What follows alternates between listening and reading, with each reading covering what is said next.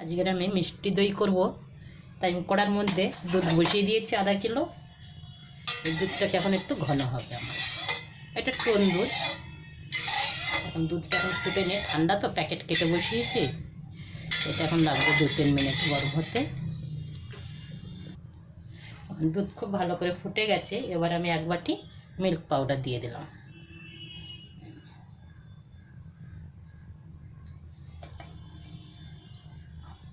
এটা দিলে কী হবে, মিষ্টি হবে আর দুধটা খুব ঘনও হয়ে যাবে, আর দই তাড়াতাড়ি জমেও যায়। যেটুকু জল আছে এর মধ্যেই টেনে যাবে মিল্ক পাউডার। আরও 1-2 মিনিট আমি নেড়ে নেবো এরকম করে, তারপরে আমি চিনি দেবো। গরম আসা মানে আমাদের বাড়িতে খুব দই, 2 মেয়েতে একদম ভাত খেয়ে উঠেই বলবে দই আছে। তাই জন্য আজকের সাদাই হবে দইটা, কিন্তু মিষ্টি হবে। চিনি দেবো, দিয়ে জমিয়ে দেবো, আর 2-3 মিনিট এনে করে ফুটিয়ে দেবো। এবার আমি গ্যাসের আঁচটা কমিয়ে দিয়েছি, দিয়ে 1 বাটি চিনি দিয়ে দিলাম। এখানে হবে 4 চামচ চিনি। এই চিনিটা দিয়ে ফুটিয়ে নেবো।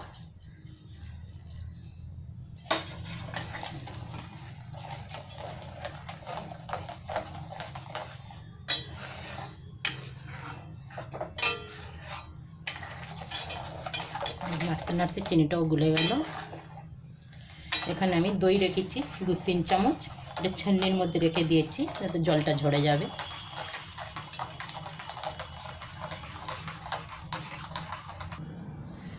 এবার আমি গ্যাসটা বন্ধ করে দেবো। দুধটা আমার খুব গাঢ় হয়ে গেছে, এই জন্য আমি গ্যাসটা বন্ধ করে আবার এরকম করেই নাড়তে নাড়তে ঠান্ডা হয়ে যাবে। দুধটা আমার হালকা ঠান্ডা হয়ে গেছে। এবার আমি দইটার মধ্যেই ফাটিয়ে নিচ্ছি বাটিতে। ছান্নিতে ছেঁকে রেখেছিলাম, অনেকটা জল বেরিয়ে গেছে। 3 চামচ দই রেখেছিলাম। এবার আমি দইটা মিক্স করছি।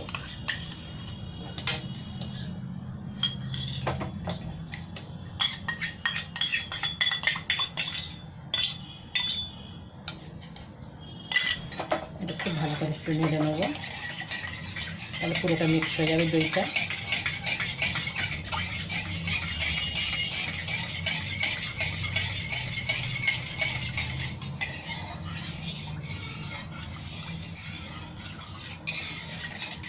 ভালো মিক্স হয়ে গেছে দুধের সাথে।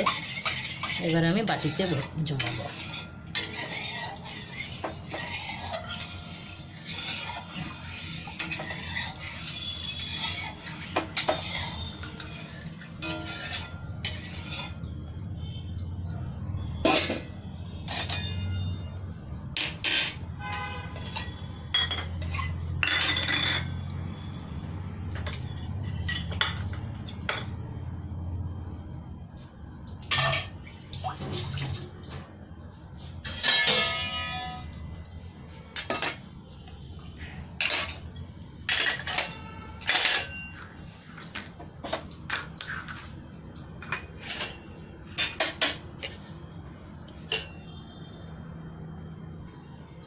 এখানে ছোটো ছোটো বাটির মধ্যেই এবার আমি জমিয়ে দেবো।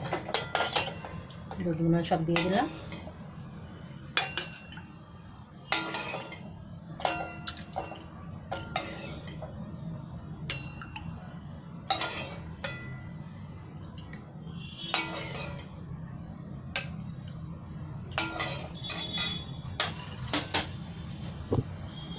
এবার আমি ঢাকা দিচ্ছি, বাটিতে সব ঢেলে নিয়েছি। এবার ঢাকা দিয়ে এটা ঘরে রেখে আসবো। সব মিষ্টি দই জমে গেছে, একটু 6-7 ঘন্টা লেগে গেছে, কিন্তু একটুও পড়েনি, এত টাইট হয়ে গেছে। 3টে শুদ্ধ বাটি। বাহ, এবার আমি একটু দেখি, কিন্তু একটা বাটি তো আমার ক্যামেরাম্যান খেয়ে ফেলেছে। কিন্তু এখন ওরে বাপরে, একটু 1 ফোঁটাও জল নেই। বাহ, যেন হয়েছে এটা আইসক্রিম। চলো একটু খেয়ে দেখো। আপনাদের যদি ভিডিওটা ভালো লাগে তাহলে অবশ্যই লাইক, সাবস্ক্রাইব, কমেন্ট, শেয়ার অবশ্যই করবেন। ধন্যবাদ।